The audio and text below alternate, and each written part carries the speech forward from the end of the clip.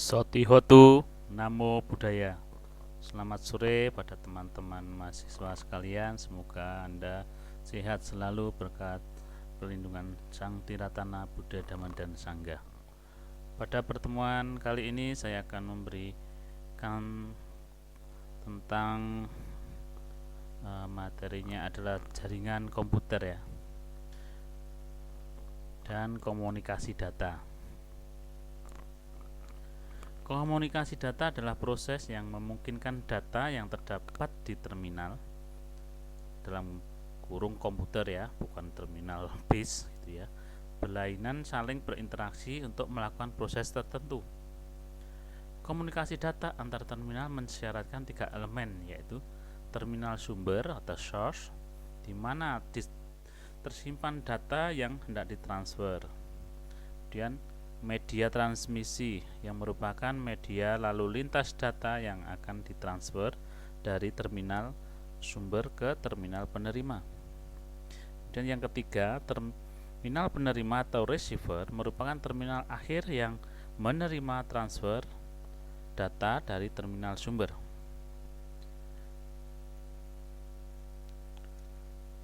Kemudian jaringan komputer. Pada awalnya, komputer bekerja secara standalone atau berdiri sendiri, menggunakan program sesuai dengan kebutuhan pengguna tanpa ada mekanisme komunikasi data antar komputer. Seiring dengan perkembangan teknologi informasi dan komunikasi, kini komputer dapat bekerja dengan sistem jaringan komunikasi tanpa harus terkendala dengan jarak, yang terimplementasi dalam jaringan lokal maupun global. Komputer yang bekerja secara standalone mempunyai banyak kelemahan dan keterbatasan. Di antaranya adalah sebagai berikut. Perangkat tambahan seperti printer dan scanner hanya bisa digunakan apabila terhubung langsung dengan komputer yang bersangkutan. Tidak bisa berbagi sumber daya. Tidak bisa menggunakan perangkat tambahan, data, dan sumber daya lainnya yang ada pada komputer lain. Solusi untuk mengatasi masalah ini adalah dengan menghubungkan satu komputer dengan komputer lain, agar setiap sumber daya yang terhubung di dalamnya dapat digunakan secara bersama-sama. Inilah yang disebut dengan sistem jaringan komputer atau Computer Networking System. Jadi, jaringan komputer merupakan sekelompok komputer otonom yang saling berhubungan antara satu dengan yang lainnya menggunakan protokol komunikasi melalui media komunikasi sehingga dapat saling berbagi sumber daya. Selain itu, secara teknis jaringan komputer dapat diartikan sebagai kumpulan komputer yang dapat saling berhubungan satu sama lain dengan menggunakan perangkat jaringan yang dihubungkan melalui media transmisi. Kemudian manfaat jaringan komputer. Berbagai keuntungan yang diperoleh dengan membangun jaringan komputer adalah sebagai berikut. Berbagi sumber daya, tujuannya agar seluruh program aplikasi dan peralatan lain dapat dimanfaatkan oleh setiap pemakai komputer tanpa terpengaruh oleh lokasi. Berbagai sumber daya juga dapat menekan biaya pembelian atau peripheral atau lisensi perangkat lunak. Kemudian ada komunikasi.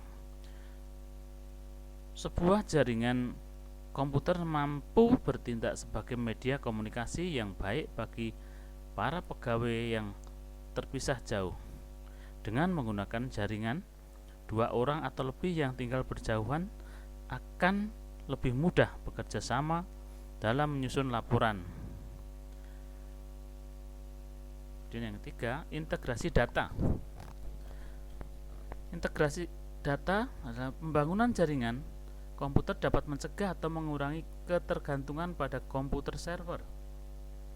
Setiap proses data tidak harus dilakukan pada satu komputer saja, melainkan dapat disebarkan ke komputer lainnya.